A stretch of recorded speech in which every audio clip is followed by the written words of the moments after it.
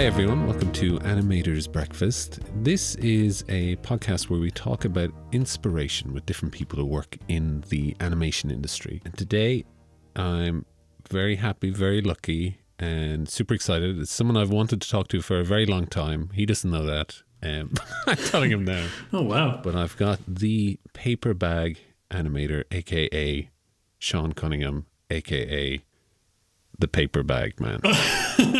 I like that third one. I'll start using it. Yeah, they just changed your brand completely.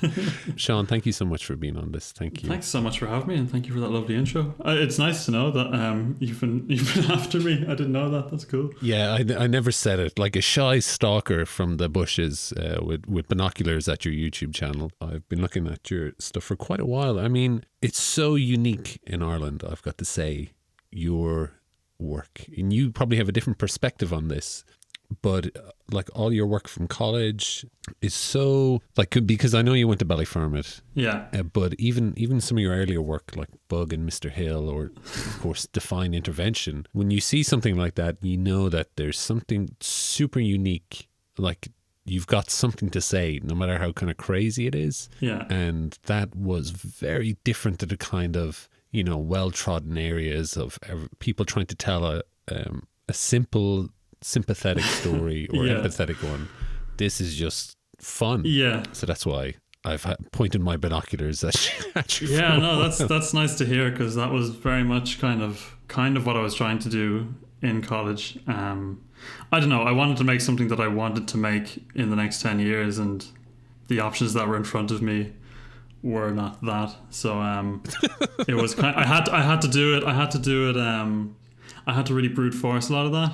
Okay, I'm super interested in this. Yeah, if nobody else minds, I'd like to find out more about this. For sure, yeah. Like so at the time, the way the course was run, everyone had to pitch ideas, and then like 3 or 4 would be picked.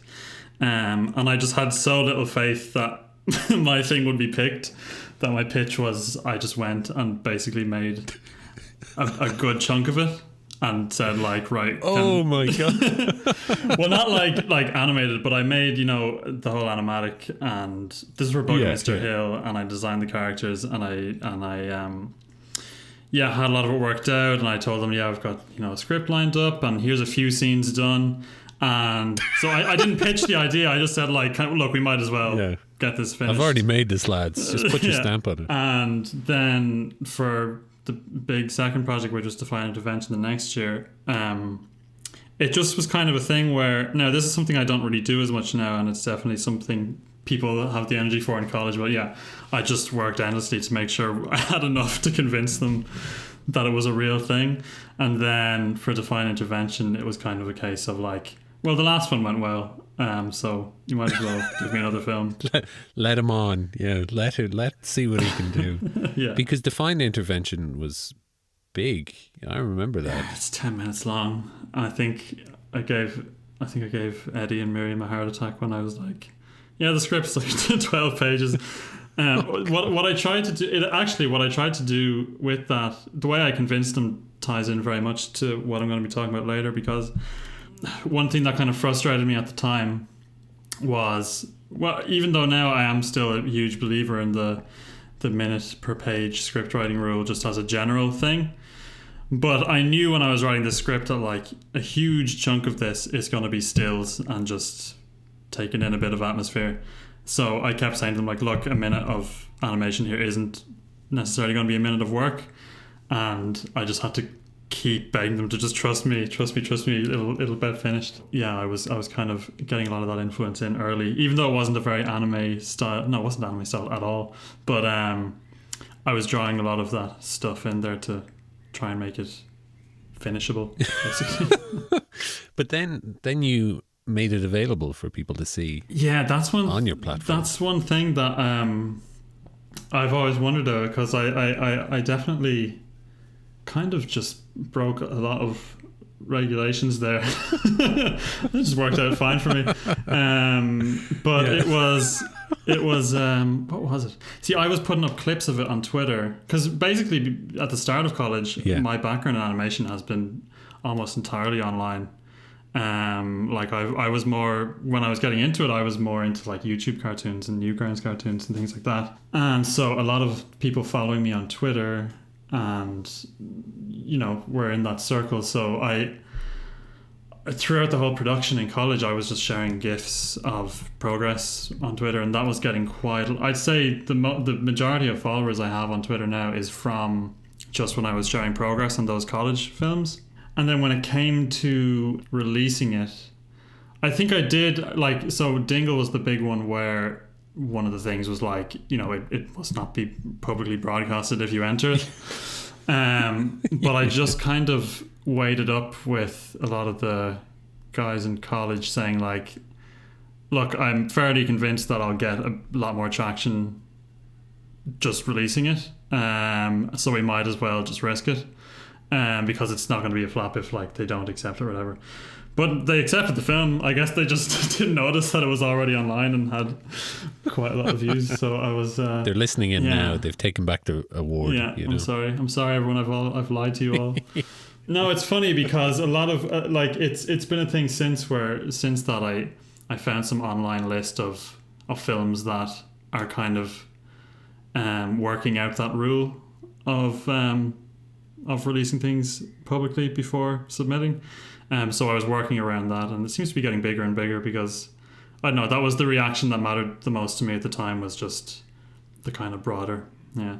That's amazing, yeah. And that's a good perspective to have as well, because, you know, doing well in festivals is nice, but one thing that really frustrates me, or at least it did before I started doing anything with animation, is the limited availability to watch shorts. Yeah. You know, it's so hard unless you're going to a festival. Now, obviously, through the pandemic and everything, things have gone online, so there's kind of easier access, even if there is a paywall. But just the kind of exclusivity of shorts was really frustrating. Like, you want to cheer people on, and you want to see what they're kind of up to, and that's a huge amount of work to go through just for a couple of people to see at a festival. That's the thing, even on a long-term basis. My argument as well at the whole team on the film's argument at the time was like, ultimately we want people that might hire us to see the film like right away, like not have to wait for a few months until Dingle to do it.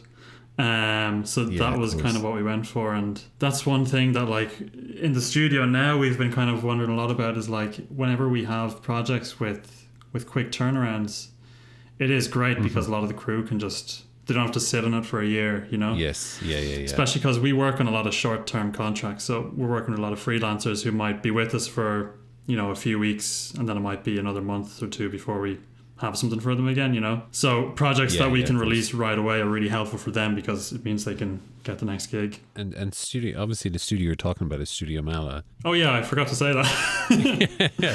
your co-founded studio. Yes. Why did you choose Roscommon? This is just again for me. Well, Roscommon we went to, I know it is kind of mad, but Stephen, it's great though. It's been really nice. Stephen was in the area, basically. He's been living around there, so he's like, let's go here. No, it was a matter of, we just wanted to be outside of Dublin. Yeah, great. And like I had kind of some personal connections to the area because when I was growing up I would have gone to Lough Forest Park a lot, which is just outside of Boyle.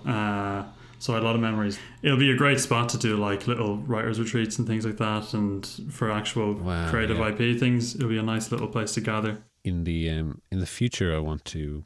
This is a big project for me that I've been thinking of for a while, which is like I want to kind of do a looping tour of Ireland and do kind of a history of Irish animation. Yeah. And start down in Cork and kind of do a horseshoe around the country. So it's good that Boyle is there. yeah. There's nothing else for a while. You're just kind of like, I know, you know, strolling through the country. It did feel nice to put a bit on the map where it's like, well, nothing's happening here, so I might as well fill this bit out. Yeah, exactly. Let's put our pin here. Yeah. And it is good. Just there's lots of support for new media in the West, especially. The location mattered so much when we were thinking about it, and then suddenly the location didn't matter because everyone was working everywhere. Like we work with international artists as well, and but you know, we've got a few animators in the West. We've got some in Galway, we've got some in Kilkenny, which is always really funny. We're like, we've got 5 in Kilkenny. We're like, Yeah, it's like a little encroaching, an invasion. Yeah, encroaching on that turf. Yeah. So no, it's nice. We've got a few, we've got clusters of people across the country, but the idea would be the main hub is in Roscommon. That's so cool. Speaking of kind of far out ideas, let's talk about what you picked. Yeah, it is a pretty far out one. Do you want me to go ahead and introduce it, or? Yeah, absolutely, please. Sure. So I picked a little mini series called Space Patrol Luluco by a director called Hiroyuki Imaishi. The reason I picked this project specifically was I mostly wanted more of an intro to Hiroyuki Imaishi himself and kind of Studio Trigger and all of their things. Luluco seemed like a great one to pick because you can watch the whole thing in like a little over an hour. And the idea of it is that it's kind of a celebration of all of their other things they had made up until that point. And it's just a kind of little condensed hour of all of the stuff you'd expect from his style.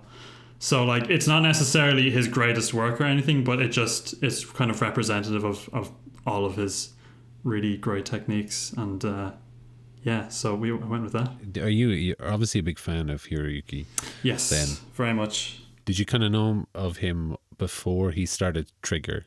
Were you kind of aware of his work? No, I was aware of his work, but I didn't realize it was him, if you know what I mean, until much later. Yeah, I know exactly what you mean. I think, when was it, 2012 or 13, that my girlfriend kind of made me watch Kill la Kill. And I had no idea what this was, but the first episode just completely blew me away. Just that breakneck pace, and I was laughing and screaming the whole way through, and I can't believe this. It was just more, I just loved the absolute gall of so much of it. And so I fell in love with that pretty quickly, and then I went back and watched Gurren Lagann and Fooly Cooly and all of that. Well, I had seen Fooly Cooly, but I suddenly understood why Fooly Cooly was special.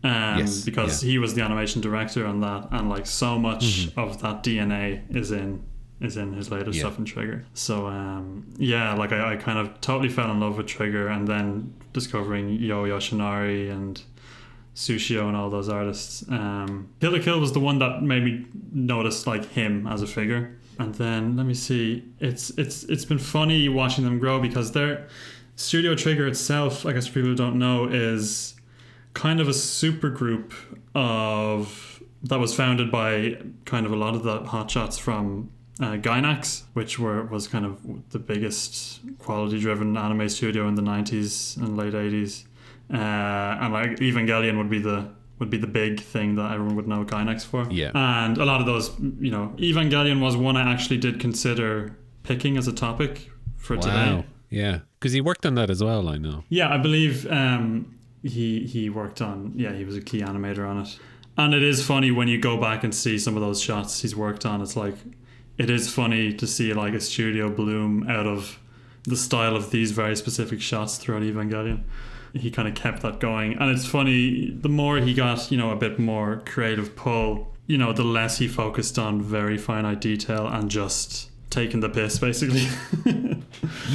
But how would I say that? If someone was to ask me to, like, let's say, be on this podcast, I think probably one of the ones that I would think about talking about is definitely Gurren Lagann. Yes. I think that was the kind of first work that I saw where I was totally aware of him. I remember I'd seen Dead Leaves years before when I was in school, just because one of my friends was collecting this anime magazine.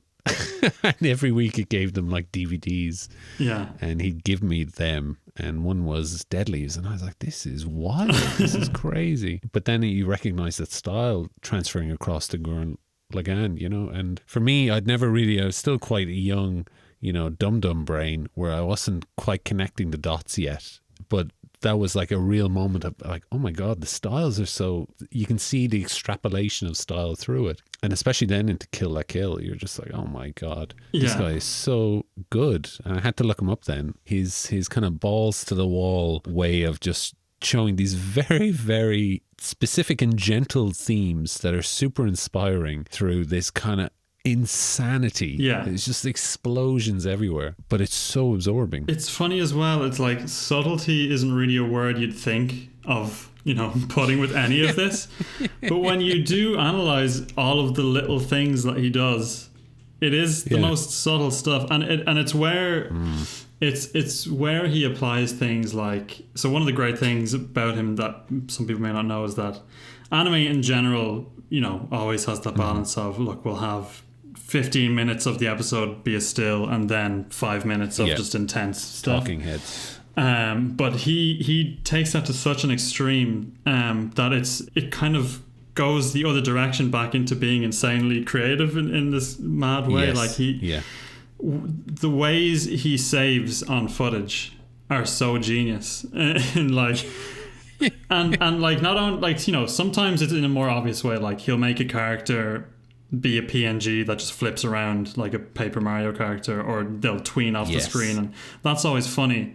But even just when you see subtle things that because a lot of it is flash animation, and you wouldn't ever guess that. Yeah. Like some of the ways he'll separate character elements into just flash symbols and just have them tween in very subtle ways are just, and this will be in like a 6-frame cut, are just so clever and so consistently just well delivered.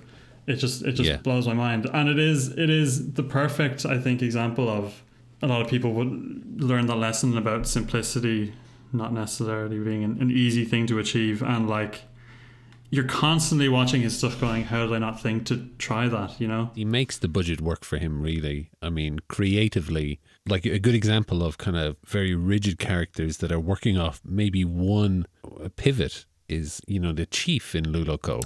He just moves his arm the whole time. Yeah. And he's literally, and they don't shy away from the fact that he's just a flat character. Yeah. There's perspective shots where he's like, you can tell he's just a complete 2D flat image. I always love saying like that character is just a PNG. Yeah, that's all he is. With flaming hair, but it's just so good. And, he embraces the limitations of what that can do in the most creative way. That one scene you're talking about, which is in the very first episode of Luluco, where she has to go to the police station to tell them that her dad's been turned into a block of ice, and she meets the police chief, who's just a skeleton behind a desk. But like yes. But like it's so funny. What's great about it is that like not only is he behind a desk, but like his character is that he's a skeleton behind a desk. Like he's never not behind a desk. He's always behind the desk, yeah. And in one scene he's they're rebuilding him, and they're rebuilding the desk as part of him. Yeah. It's amazing. And but that one scene is such a good representation of that whole show, in that there's so little animation happening. So much of it is in the editing. It's when he's arresting her and then setting her free over and over again in like the span of 30 seconds. And that's like, it's just a collection of really clever, just little tricks with, if you start the scene cropped in and pull out within 3 frames, that will give you the sense of motion without having to actually animate anything. And what's just amazing then is that he always has the biggest payoff of, okay, now I'm going to get an animator to do a really ridiculously intense cut, and he always saves it for just the very end, and it never feels like there's much of a difference, which is the great thing. When you're watching most anime, and you can very much tell, okay, here's the money bit, and here's the bit where they've had to just fill out ages and ages and ages, and he just seems to blend it so seamlessly. It's incredible. Yeah, it's a really good creative choice, and makes the medium work for him really, really well in those kind of senses of, especially that, very limited movement. And it's something I did notice with Luluco straight off the bat, is just, how I could feel them saving the money. Yeah. I just knew, I'm like, I know he's going to kick this shit off eventually and it's going to be amazing, but I can just feel it really just tying back. And especially, I think part of the reason, it's like you said, it just makes it so interesting to look at, and the writing is so tight and funny and clever, that even there's one great scene between Luluco and Nova. They've just set fire to that entire planet, and they're having a moment, and it's just both of them standing there, you know, it's a still essentially, their mouths move, but in the background there's a guy screaming that he's still alive, you know, I'm not dead yet, please don't forget me, you know, even though I'm burning, please don't forget me. And it's like, you know, masking the staticness of that with this kind of back energy that's not just visual. He's also using all the elements of animation, you know, part of it being the sound and the music and everything like that. And not to kind of keep going in my point, but a really good representation of, I think what Luluco is all about is definitely the end credits, where, you know, these backgrounds with like a sticker of her stuck over it nearly, you know, whether it be in perspective or whatever, as she's holding her heart in her hands and, you know, deciding what to do with it. But it's such a good metaphor for the whole series, but so simple as well. I really, really enjoyed that. It's great. I come back to the credits. I watch the credits through every time, even though it's so straightforward. And I've always thought about, like, you know, a show that actually looked like that would be so nice. You know, actually putting printed out cuts of the character in physical space and just taking photos of them. And one thing, like, when I was rewatching it recently, I decided to just take notes of just every episode as I watched them.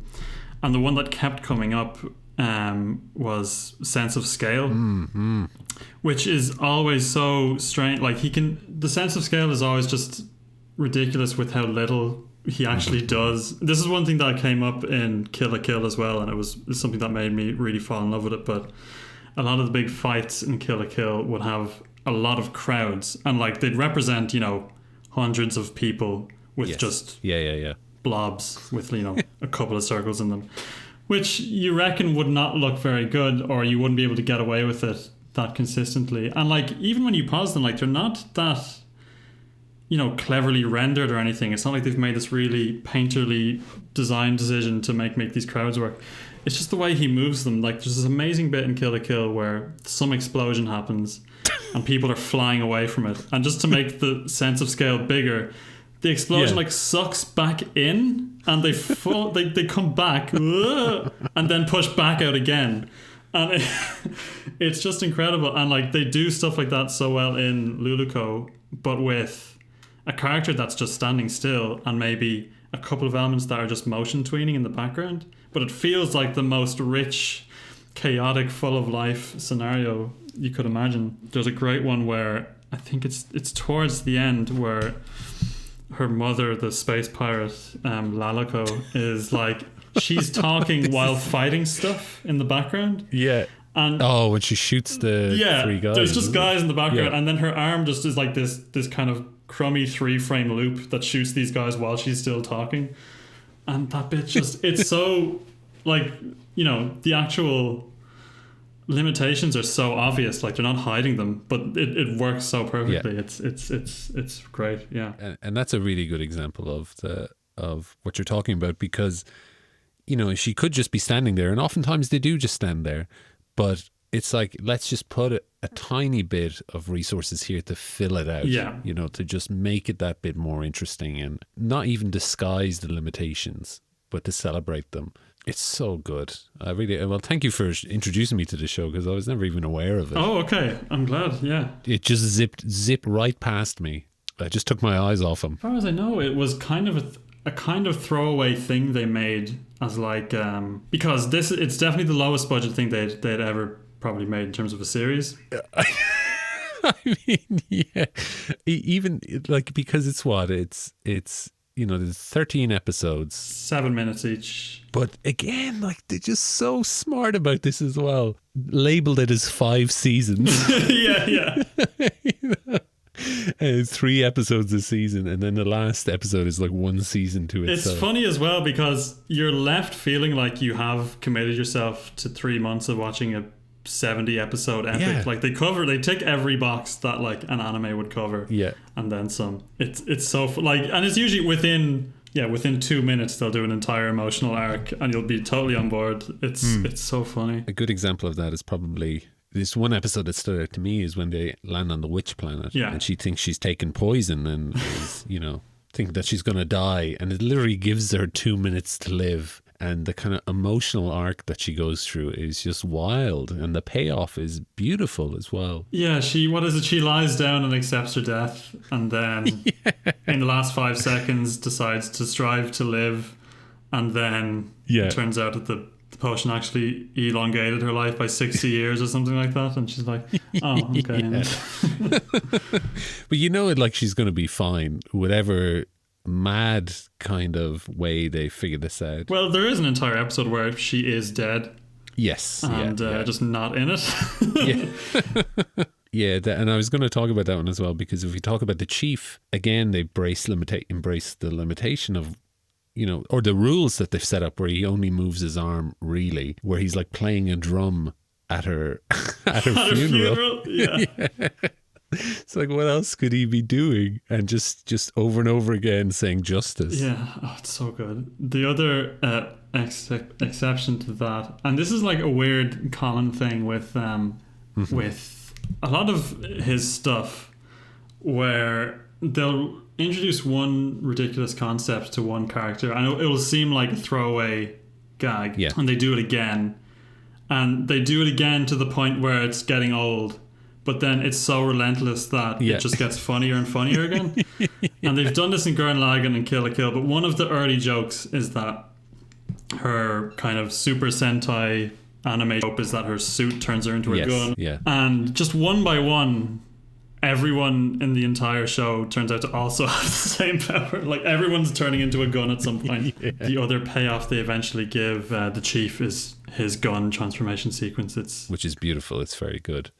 What did you think of the kind of gun transformation? Did you see a kind of a bigger theme behind that? I don't know. Like, there's so many. I've read into so many interpretations of it, and the most common one I've heard is that the show is actually like an analogy for Studio Trigger's path as a studio itself, and all these characters represent different parts of their timeline. And like the most literal thing is that she turns into a big trigger at the end.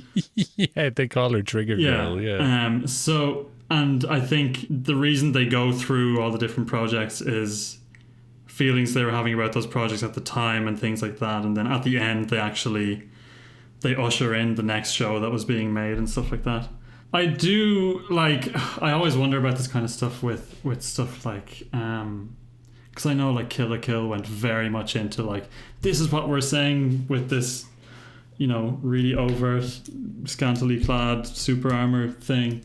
The gun, I really do think sometimes if they are just going, what would be the most awkward thing to make this character be within seconds? Because she does transfer so awkwardly. You know, it is such an awkward transformation that she goes through. Everyone else is like fine. You know, they just, their arm or their legs become the gun.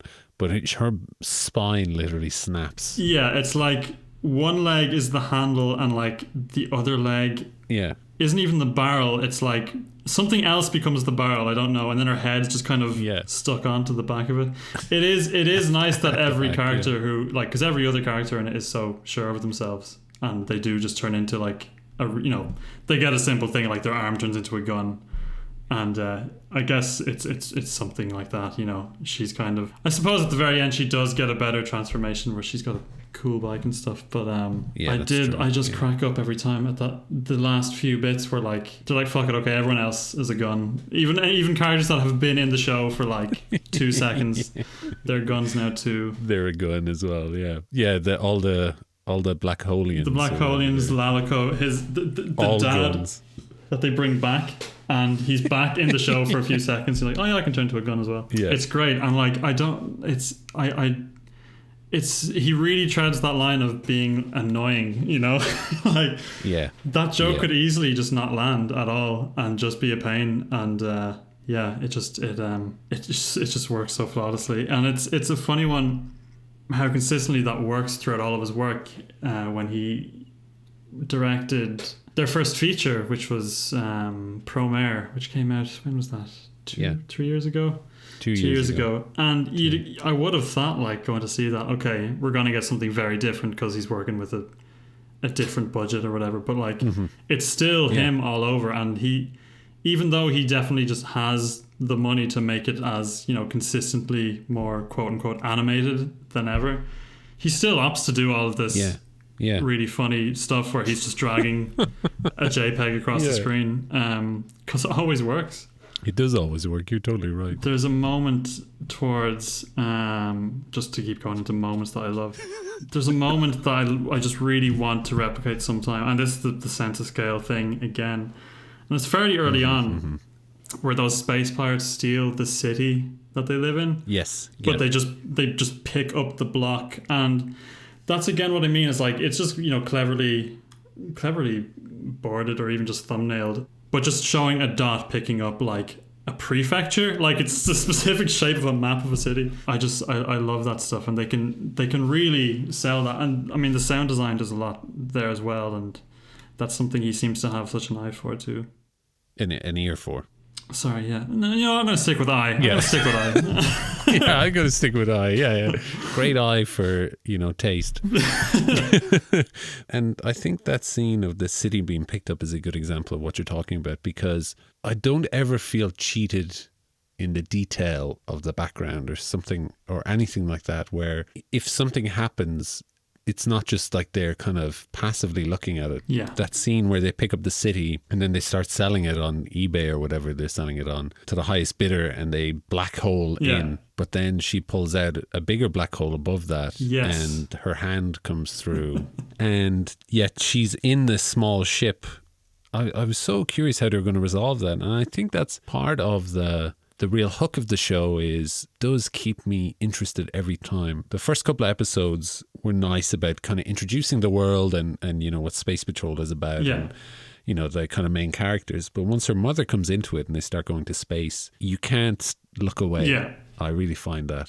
You know, you could probably take the first three and take your time with them, but once you hit that other stuff, it just goes and you're just locked in from then on, or at least I was. I'm glad you brought up that specific scene of them constantly opening up black holes and putting their hand through it and their hand being bigger somewhere else. Yeah. I was trying to think about what other influences that may not be, you know, documented that went into this stuff. Yeah.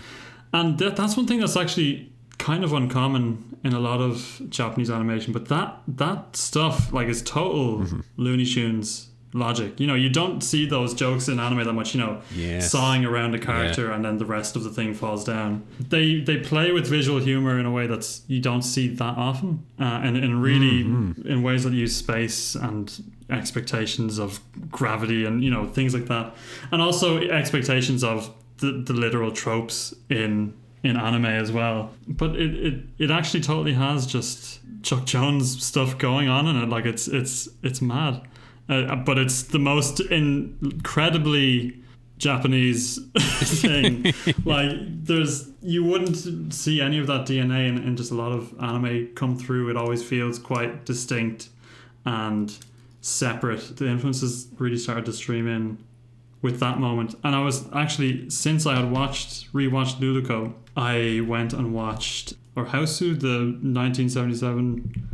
Interesting. Yeah. Have you seen that? No, I've never seen it. You should really, really check that out. By director Obayashi is his name. I forget his first name. Obayashi is the house. It's absolutely incredible. It's just called House. It's just called House. Yeah. If you have trouble finding it, try typing it in like katakana, you know, Hausu. If you have you seen Evil Dead or Evil Dead 2? Mm-hmm. Yeah, absolutely. If you enjoyed Evil Dead 2 for that kind of relentless creativity with limited budget practical effects, House was doing that like 5 years before that. Like it's completely blew me away. Like so much of it is they're really driving their limitations as far as they can possibly go, and it's got so much of that. Now I don't know what influence House could have, but a lot of that DNA that's in Studio Trigger stuff is in House as well. Just the way the characters are very cartoonishly set up. Like it's about 5 girls, and this one is the one who likes music, and this one is the one who likes to fight, and this one likes food, and they're in a haunted house, and it's just, you know, a haunted house romp essentially. Like I'm underselling how intricate the writing is, but that is boiled down kind of what it is. But going back to Studio Trigger stuff made me realize that a lot of that influence has to be in there, because that film was just driving with whatever it had, and in ways where it's so blatant that they're doing some crummy effects that it goes into a different plane of being more creative than you would have given it credit for. And again, like the words I used with House were, it's taking the piss, but it does it so well. And like every moment you're going, how did I not think of that? That you're just giving it a whole new different kind of credit. It's an incredible film. And that went into then, I don't know if you're familiar with the last run of episodes on Evangelion, when they were really running out of budget. Imaishi must have taken some inspiration from some of the stuff they were pulling on those last few episodes. I think it's the second last episode. They are just filming storyboards that are stuck onto a wall with a camcorder. Like it goes that far. I don't know which episode specifically, but I know what you mean. In the last two episodes, they've completely tanked on budget, and they come up with some narrative reason why reality is looking the way it is, and they work with it and just start, holding shots for insanely long amounts of time, to the point where it ends up working again, and doing things like just taking photographs of the thumbnail sketches and just throwing that in the edit. And it feels like that must have stayed with them. He must have looked back and realized how that ended up working in its own way, and kind of worked that into just what he does by default. Yeah, because you can get away with that. So, well, get away, quote unquote, but if you understand it as part of a storytelling process, let's say. I mean, of course, you can't always plan for this stuff, but if you are able to justify it narratively, of course, you can totally put it in. And it makes it so much more unique, especially, again, something like Luluco or any of his work, because you are just sitting there as a viewer, totally engrossed in this kind of like, what is this? Just trying to keep up with it is hard enough. But then on top of that, it constantly surprises you with those little decisions that you can't not have a good time.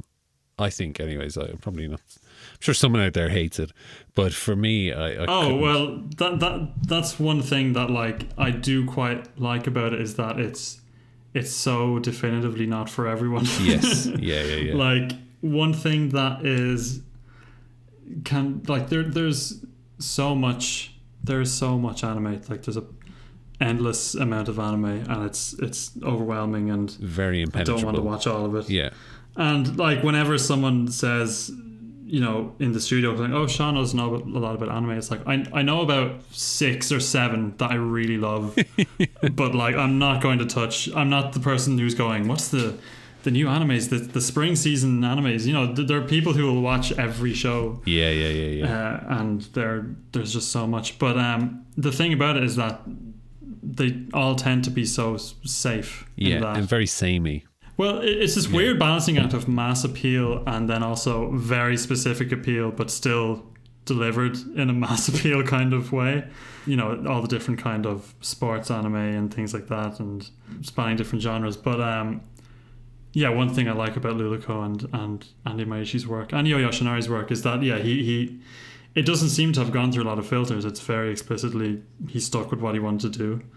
And a lot of the team, and like I should mention more of the team, because it is very much, you can see that it's the same team mostly the same team consistently with his work, and they seem to just be really in sync with each other with all of that stuff, because they must be at a stage where they just know what you do. Like he's probably gone beyond the point of having to very closely direct those little quirks and those little editing techniques. It's just the pipeline for them now, which is just amazing. And it also, like, that kind of way of working, because we know once you get locked into a pipeline, that's kind of it. But with constraints in certain ways, it gives you total freedom to have fun. Yeah. Which is so rare. It's not like, if you let go of the polish, then the creative freedom is just unbelievable. you just don't really have to deliver the product to a certain level if you're able to, again, just put a PNG on a screen and just, you know, move one arm or one limb. Yeah. It's very smart, not just use of money, but also it gives great freedom to an animator to basically, it's a very easy shot to complete. But if you have more time on it, then you can add more subtle detail to it. Or, you know, just finish it and move on to something bigger and add the details there. It's a really smart way of kind of giving people creative freedom in different ways. And like they're always sure to give the audience the full breadth of that early. Yes. So, you know, that an audience is completely on board with. Yeah. Within 30 seconds, this show is going to cycle through about 20 different styles. And that's smart as well. That's a really good point to point out, because it's just like, will this work? You know, if nobody wants to watch it. And like, even, you know, there's always a thing of like an episode or a series, you know, front loading the first episode with stuff, you know, with lots of unique stuff. But one thing I really like in even Kill la Kill, Gurren Lagann, all of that stuff, they front load you with some of the really risky things in terms of, we've reused this shot 3 times, and like not even as like a flashback. This character is saying something new and we've just reused the same, not even put the walk cycle in a new environment. It's the same environment. We've literally taken the premiere clip and moved it over here and just put different audio on. They throw that stuff in early, and it's just like, why not? And it ends up showing kind of a great deal of respect for the audience in its own weird way, because it's like, we know that this works and we don't expect you to complain if there's, you know, not enough shading on the characters or things like that.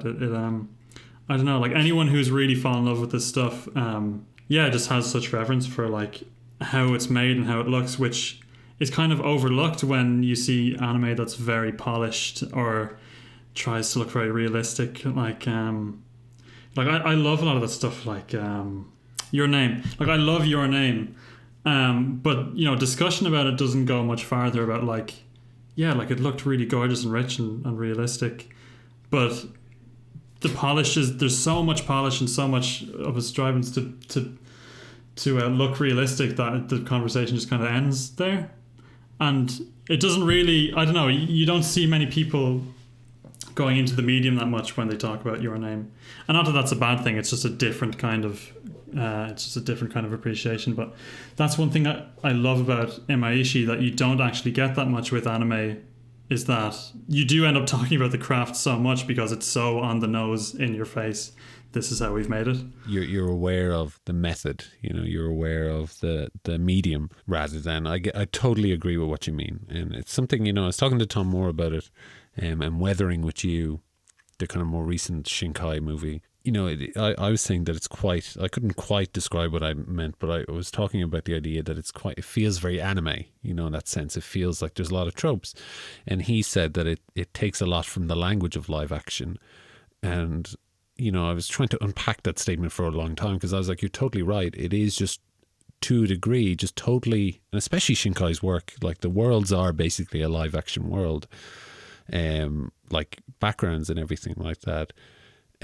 Whereas, you know, obviously Trigger's work, they have no problem letting you know that you don't have to immerse yourself here. You know, there's a story that's happening in this world, and oftentimes the worlds aren't really that appealing. If you think about it, like Gurren Lagann was just the hellscape really of a land, you know, it's just totally barren, or you could live underground. And especially Luluco, like, you know, I can't remember the name of the city, the kind of district that she's in. It begins with O, but it doesn't look tremendously appealing. It's just a normal kind of place, and it's all kind of in some cases poorly stitched together, just photo collage. Like a lot of it isn't drawn. It's an interesting one. And I think that because I think they say in one stage is in the show, and it makes me think about this as well, is like, you know, was it the mother that says it, that, or maybe it's the chief? Oh no, it's the skeleton guy she meets in the afterlife. The guy is 21. Oh, Inferno Cop. Yes. Who's 21 years old. who's died many times. But he says that like normal is basically your decision, whatever normal is. And I really like that as a kind of theme when it comes to Imaishi's work. It's like, I will decide what normal is. Totally, yeah. And it's going to be whatever I want it to be. And you're just along for the ride. And I really, really like that. I think it spoke so true to the series. It's almost as if he stood in and started talking to us, you know. And what I really like about what specifically that, and it's a thing he does time and time again, is he'll always introduce this mad thing that you could never expect yourself to normalize in your head and just treat that as a regular element in the show. But then there's always something else that's bigger, like Gurren Lagann, if that was put on a chart, it's just upwards constantly. It never stops. There is never moving downwards in scale. Like something bigger is constantly happening. I couldn't believe how big that show got. I just couldn't accept it in my head. I was like, what? We're still going bigger. It's 25 episodes of But What If It Was Bigger? And they just keep going. And like that's probably what he wrote on the whiteboard before they got started. You know? Oh, yeah, that is such good direction as well. Like, we'll start underground, and how big can you make this? Well, what if we fight with galaxies? Yeah, bigger. That's bigger. You're just like, oh God. Yeah. So good.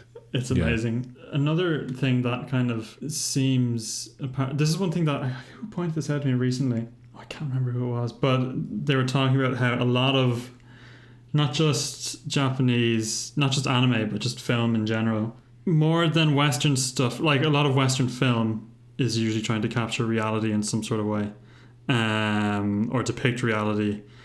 Whereas a lot of anime, especially in the early days, and a lot of Imaishi's work, it's more reflections of theatre. Yeah. So you're not trying to convince that this world functions and you don't have to answer all these questions. It's just, if you were on a stage and actors were doing this in front of you, you would very quickly accept that, okay, I'm being told a story, like this isn't actually happening right now.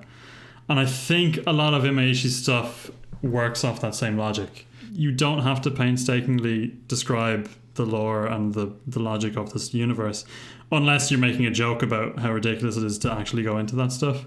And when it's just happening in front of you like that, you very quickly accept it, and it's not weird. It is very quickly not crazy wacky. You know, it's something I guess you get with kind of David Lynch stuff. Like if you accept that that's theater, you know, it's on a stage. Yes. You don't have to explain how this would function in reality. And it's one of the most bizarre things when Kill la Kill was kind of big and new. You got all these, you know, anime fans who just hadn't seen anything like this before, going like, just telling everyone that it was really terrible because it doesn't make sense or whatever. It's just, so why are you trying to make sense of this? That's not even remotely the point.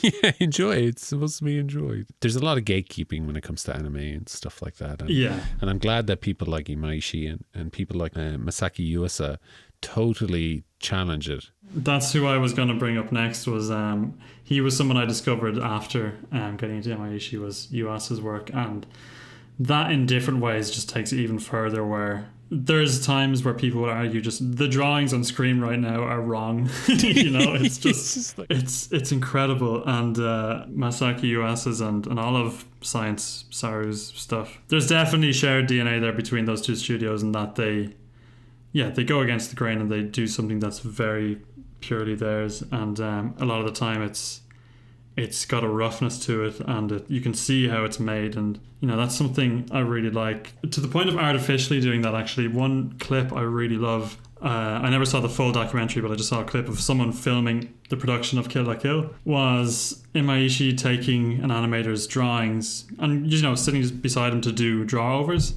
Yeah. And all he did was just get a pencil and just like scribble just big horrible lines and loads of the pages because he just wanted it to have more.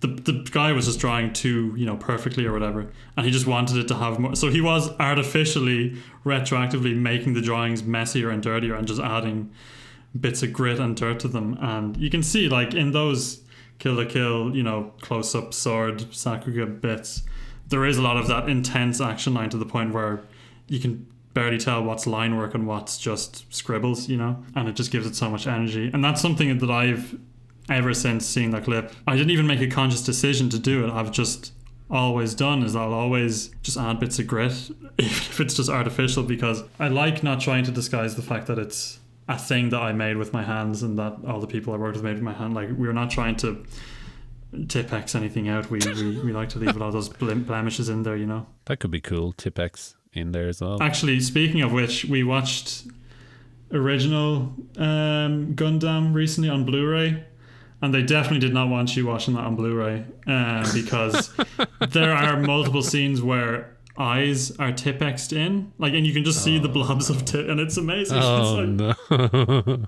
There's moments where you can see Gundam flying away and see the edges of the cell kind of scaling with them. You know, it's so funny because, like, even thinking about something like that is, we're in such an age of reproduction, you know, of like being able to constantly rewatch things, which just did not exist then. You know, it didn't really exist in that kind of time. Especially before like the VHS. People were like, oh, it's just going to be on TV maybe a couple of times. We might rerun it and that'll be it. Nobody had any clue how big rewatchability was going to get. And now you look at things like how people comb through trailers, get any kind of Marvel stuff, all these kind of trailer breakdowns and stuff. Whereas, you know, you can't hold something else up to that scrutiny back then because it just didn't exist, you know. Well, everyone there probably assumed like this footage will probably not exist in 5 years. It'll probably be just on a shelf somewhere. And it's so funny now as well because, and like me included, all of those things, those quirks that exist because of it just being the limitation at the time, you know, what CRT screens look like. You know, using cell, you know, using paint but on a budget, so there's a lot of blobs. Like, there's people artificially trying to work that back in because they just love how that looks. And like myself included, it's so funny that I'm chasing like, how did this guy, you know, this animator in the 80s make it look like that? And it's just because that's what the camera looked like. Like, he wasn't thinking about that. Yeah, he was trying to do the best he could. But it's good that you think like that because that means you're making a virtue of the medium. Yeah. You know, like it's you're taking what animation has, which is no limitations at all, really. Yeah. And you're allowing that to work in, which is like, if I want blobby eyes, I'm going to do it. It doesn't have to be a specific way. And I don't usually say it a lot, but something like Rick and Morty where the eyes are scribbles. Yeah. You know, I really like that touch design element of it. Kind of does remind you that, okay, there's some artist hand in here at some point. Now I know it's a lot of, you know, flash animation and kind of limbs and you know, it's all rigged. Like, it totally reminds you of everything, where the artist's hand is on screen, and it's maintaining something. They're all trying to pull that back. So blobby eyes, bits of dirt. I used to make my own grain, you know, PNG sequences of grain to just drop in on Premiere. Oh, not wheat. Not wheat grain. I used to make my own grain, you know. I used to grow my own wheat. Sorry, like noise on a No, screen, I know what you mean. I'm joking. And I really shouldn't have assumed you were serious there. I would go and make my own, you know, 70 frame loops of just noise. But like, I used to love doing that. I used to love, like, you know, getting a brown brush and making fake coffee mug stains and dropping that on animation. And it's a really great trick because it's similar to that really common trick in music production of double tracking your voice. The natural kind of inconsistencies that happen because of that kind of, you don't have to be the perfect singer to make that work. Like, if you sing something twice, it'll kind of balance out. And it's the same thing, like if you animate something and you just want to make it look a little bit richer and you have 5 minutes, just put a bit of dirt on it and it'll suddenly look more handmade. And it even is, like, because you just, the fact that you thought about doing that shows that level. Even if it is just as artificial, I just threw some grain on a perfectly white flash animation. It does give it something. Like, I'm always doing ridiculous stuff like that. Like, I work purely digitally just because I'd never had as much exposure, apart from the few things you did in Body Permit, to working with paper. So I'm always artificially adding in drop shadow to make it look like a cell on top of glass. You know, I love trying to reverse engineer stuff without actually having to get cells. Let me ask you this then, because you know the kind of music video you did for Wirewalker. Yes. The line in that is super digital. You know, it's very square. Yeah, I went the opposite way with that. I just made a brush and TV Paint that was just a square, and I said I'll use this. I needed a quick turnaround on that project, because the budget was quite small, and I wanted something that would look, you know, good and unique and feel nice. And you know, I like how a lot of I'm not super experienced in like pixel art or anything like that, but I love going there's a very specific era of 2D in Nintendo DS games. Yeah, I know what you where mean. There's this nice crunchy pixely black line to a lot of stuff in games like WarioWare and things like that. That's just it's a very condensed aesthetic that's like not come back, and whenever a lot of those games are remastered, they'll smooth out the lines, and something I just think is seriously lost with that, because I don't know, I guess it's that kind of thing of the audience's eyes kind of have their own interpretations when there's pixels. Yeah. So I just wanted to do that. Glazed over them. Yeah, and I like having boiled lines and things, and I just thought doing a square brush would be interesting because, first of all, I usually like to do things that combine being, you know, creatively and aesthetically pleasing, and also I can get away with a lot with them. Any brush that like means I don't have to be super meticulous with cleanup, I'll absolutely take. Like, you've probably noticed that in a lot of Studio Meala stuff, and a lot of our cleanup artists and animators really like working on some of this stuff, because we usually purposely use heavily textured brushes, because it's like you can just ease in on something way easier if there's just a really obvious boil happening. The audience will just accept that, you know, and that dirt kind of helps. Basically, the dirt helps. We're just very rarely trying to make things look realistic and trick people into thinking what they're looking at is trying to be realistic. So there's no need to be super clean. And that square brush was just another version of that, really. I like that. One of the strengths that I see in Studio Meala is your real very good voice for lesser known animators, let's say, or kind of more independent animation. And I really like that. It just feels so homegrown. Oh, that's nice to hear. Like, that was kind of the idea behind it, in that Stephen was kind of, you know, looking to make a new studio, and my background just seemed like a good choice as a creative director, just because I've kind of purely worked in freelance animation, which just meant I had a good network of artists that I liked working with, and just basically a large group of friends that wanted to make stuff and not have to go through so many steps to get their stuff made. So kind of making the studio was kind of a fast track way to like get more shorts and stuff made that smaller artists that we knew wanted to make, you know, and get people directing earlier. And even if that means they have less experience and some projects might not turn out perfectly, and like, that's fine, like, but it can take a really long time to get people who want to direct into that seat. So that's kind of what we're going for. And that's really smart as well, because like there's a totally different mindset from just being the artist or someone who's being told what to do to suddenly being a leader and having to find a way to communicate your vision to other people. And it's a big learning curve. It's hard to do. It's not easy for everyone. Well, it is funny, like there is always this assumption that like this really strong animator or artist will, you know, they'll direct no problem, you know. Yeah, no. No. Nope. Not at all. You don't realize how many things you have to do. But getting that kind of, you know, working with people that have an eye to be a bit of a generalist and stuff, it works well. And getting people doing that earlier is just nice, because you will end up with something unique, and they're flexing that muscle a lot earlier. Like, one thing we really want in Studio Meala will be to, well, Tom said something similar in that, not wanting it to feel like, you know, it's the Sean studio or whatever. We're trying to get people in earlier to diversify as much as possible, so that it does feel more like, yeah, a space or a place where loads of people have made stuff. So over the next few years, we're definitely working on just getting anyone who's got a unique idea to try and get something made. And the thing about one of the kind of Imaishi was a massive inspiration for that for me, in that so many people bring back there, by the way. Yeah, I was like, how do I make this relevant? So many people that I knew that were animators in various studios across the country that wanted to make their own stuff.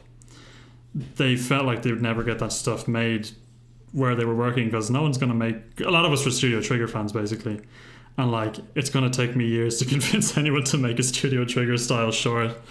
So let's just make a studio, and we're all like-minded and want to make this kind of stuff, so we'll just get going. And that was kind of the kickoff for me for the studio and for a lot of my peers. And so we want to do versions of that for other people's things they want to make. That's so cool. We're working with because you can definitely feel the Studio Trigger influence. Like it is very big, especially in kind of your more recent works, like Murder by Numbers or something. Characters like that kind of blonde girl, what was her name? Becky. It just feels like it has the DNA of Trigger's that's work. The nice thing, because I do want to get to a point where you see it's nice doing that in client work, because we can make that an exercise of like, okay, how would Studio Trigger approach this? And when we get to more making having our own IP out there, we want it to be something more unique. But in these early stages, what was nice about, say, that or that other short we did, The Bean, that was just kind of an exercise of, let's try a Studio Trigger style thing and just see if we can do it. And now when we've worked it out in a pipeline, we can then deconstruct it and kind of put our own voices on it. But that was very much an attempt of like, let's just do the Studio Trigger thing, see if it works, see if like that kind of thing can be made in Ireland and be responded to well in Ireland. And it was just great, because a lot of artists in Ireland like love that stuff, but it's just not made here. So they were kind of excited to know, like, kind of what I wanted that project to be was a statement of like, we're going to make stuff like this. Yeah. And even if it takes a few years before making anything on a larger scale that looks like this is kind of the heart of what we just want. This kind of, Sean got to make this thing that's very much what he loves doing, but we want a version of that for the other people that come on as directors or whatever. And the Meala Minis are kind of a version of that as well, just getting people to do whatever they want, basically. And as well, like, it gets it out of the bloodstream, really, where even though you're influenced by someone and you want to kind of replicate a work, you're going to find things that you don't particularly like in there, or you find things that you like more, that you push more, and that starts to become your voice, like your kind of unique perspective on things. And that's the kind of aesthetic that lives in your head. And so it's a really good way of, finding out what actually works for you. Within that voice. Yeah, no, it's been really fun, and it's been really fun working with just some of the new people we've got coming on, in terms of what they want to do is totally different, but seeing how unique what we would make together would be, because their backgrounds or influences are just so mad. It's just I like the idea of making stuff you wouldn't expect to get out of Ireland. Like, I wanted it to seem like a thing that you would have to move abroad to work on, that was kind of one of our... Well, you're nailing it. Oh, I'm glad to hear that. You guys are totally doing that. Really, really good. I mean, it's so clear that it's such a different voice of, like, exactly what you say is you wouldn't expect this to come out of Ireland, but it makes sense that it does, because the talent is here. And people do have these influences. It just doesn't mean that you have to work on, a 3D animated kid show or something like that. That's, it just there's more. That's exactly it. Like, it did kind of come from a frustration that I shared with a lot of peers of, like, we were just kind of sick of colleges like, that looks too anime, so don't do that anymore. And it's like, I mean, the reason I got into this was because I liked Pokemon, for God's sake.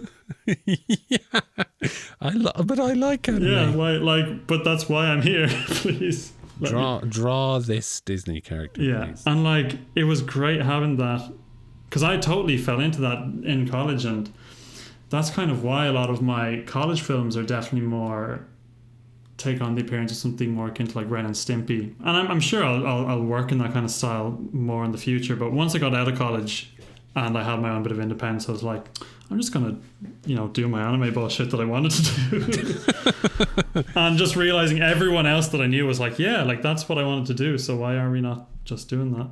We should just do it. Let's just do it. But it shows, like, I mean, you can definitely see the kind of progression of, well, I would say talent, but I'd say refinement that's come out of your work. And I don't know whether it's, because you've kind of directed so much now that you're able to kind of use your artist, sounds terrible, but like, extract the kind of vision that you want from very talented people rather than you just kind of sitting there and doing it yourself, and that gives you the time then to refine it toward a quality that you are looking for. No, I get what you mean, like trying to and I mean having conversations similar to this with a lot of the artists, like talking about my influences and the reasons I like what I like. Yeah, it was nice getting people in the crew that some of them weren't so familiar with that, because it was easy with some people because we just had the same influences. So it was like, do the thing, the thing. But introducing that to people who might have worked with something that was maybe more intricately and nuanced kind of animation, and actually telling them to strip it back, and that was a lot of fun, and a lot of fun for them, and realizing they could kind of loosen up a bit and just go for it. That's been really nice. And another element of that I'm really looking forward to is for myself to just work as an animator for other directors we're bringing in, and I really want to just sit back and do something that's completely different to what I would do, and just totally let them steer the ship on a different project. And we really want to be open to doing that a lot, so that it kind of just explodes out from there, really. That's cool, man. I've got to say, that's really, really cool. Have you anything else on Luluco? Oh yeah, Luluco. What do you want to talk about? Really, really good. There's cool like pirates and stuff. There's a robot at one point. There's one amazing shot which I love, and I've always been surprised it's never been used as like a reaction GIF meme widely. But when Luluco is talking about how her parents used to always fight, and it cuts to them just both firing guns at each other in each the guns. It's one of the funniest visual gags I've ever seen. They're both holding two pistols each, shooting them at each other, and she's just sitting in the middle of them. It's amazing. Yeah. She's like, please stop. So everyone can just look up that bit. Actually, if anyone is interested in watching it, it is all on Crunchyroll. Yeah, and like you might as well watch it in a sitting. It's basically a film. And enjoy the credits are a breath, but my God, they're so nice to just sit through, and that song just seeps into your soul over time. Yeah. Or even the opening credits have little things in them every time. Like there's something different about them every time. It's just a great experience. It's actually, it reminded me, even though like tonally completely different, but I love watching a miniseries straight through. Like Over the Garden Wall was similar. I just sat down and watched the whole I didn't actually intend to watch the whole thing when I did, but I just completely got sucked in. And it's something I'd love to see more of, just miniseries in general, because it's amazing how much of an arc you can... It feels broader than the arc of a film, with less time than the arc of a series, but it's less time than one and more. It's really interesting. So it's something we definitely want to do more of ourselves, is kind of more on the miniseries end of things. Just being able to cut to the point really quickly, basically, which is so funny for me, because I've talked to so many people about how I really do love slow meandering films that take ages to do, and it's. But I in a way, like, there's something so similar about what Trigger does and a lot of those slower films that I really like, because they have the same understanding of what they're doing. So even like, well, Blade Runner 2049. Oh my God! Like, and I was totally on board the whole way through. But even a lot of Takahata's stuff, A lot of that kind of more ponderous. Oh yeah, animated stuff. Yeah. Well, Blade Runner's a bit animated.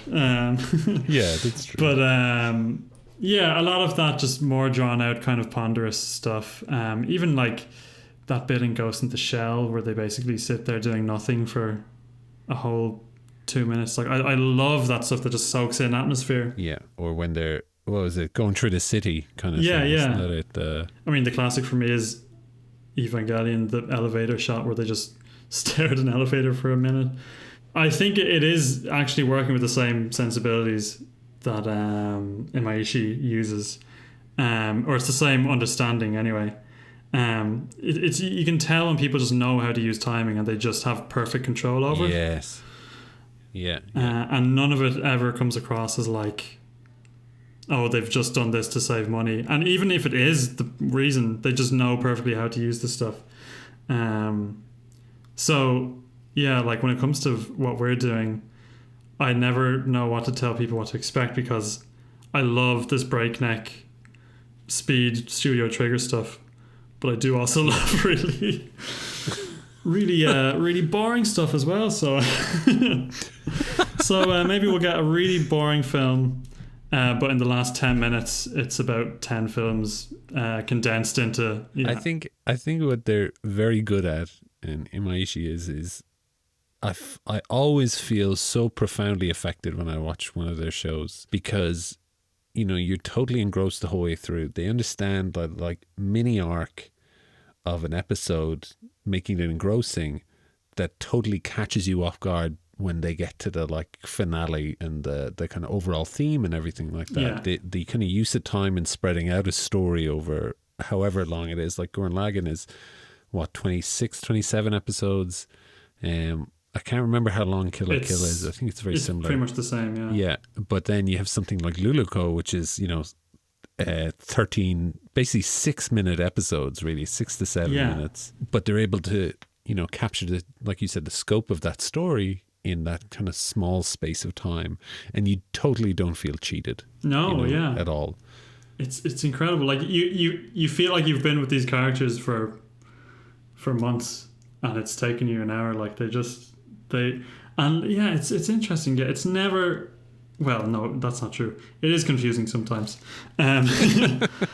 but you're never left pausing and going, "Hang on, I need to watch that again. What the fuck's just happened?" Like it's they just know what the beats are, and it's one of the most effective. Just here's a pill of an entire emotional arc, and you don't feel cheated at all. That's totally it. I really enjoyed Luluco. I've got to say, thank you so much for that. I'm glad, because I was nervous sending you that, being like, what about this? Not necessarily his best work, but I thought you might like it. Yeah, you never hear from me again. No, it was so good. And again, it's totally within the scope of what Animator's Breakfast is about. It's like, let's find out what's kind of cool out there and talk about it. I was going to go with, like, when you first messaged me, I did go, oh, well, Spirited Away, obviously. But then thought about that for a second and said, like, how many people have probably... I mean, it's just the most obvious choice I could have gone with, so I thought maybe I'll think about this for 5 more seconds. More than a second, yeah. But just to give it a shout out, that's also, like, my favourite film. But, it's everyone's favourite film, whatever. Yeah, it is. But Sean, thank you so much. I really, really appreciate you coming on and sharing this with us and the world, not just your friends. And but yeah, awesome choice, I've got to say. Thank really, you, thank you. I appreciate that. Yeah. And thank you so much for having me. It's nice to, exactly as you said to me earlier, it kind of gave me a bit of reflection to talk about why I actually like this. Because I've never thought about why I like it, really. That's good. Like that. Yeah. And also, it's a good touch point to see where you are, versus where you were when you first thought about this stuff. And, it's kind of like it's like, oh, I remember back then thinking about this, and now look at me making all this stuff, and I know, what's influenced me. God, that's wild. But I think that you guys are going to do amazing. Meala, I'm excited to see what you guys do. Thank you so much. Please don't burn up to a crisp or anything in the next few years. Try our best. Don't fall apart. Don't collapse. We'll get lots of sleep. And we'll eat healthy breakfasts. Yeah, eat those leafy greens. I need to see more of your work. Okay.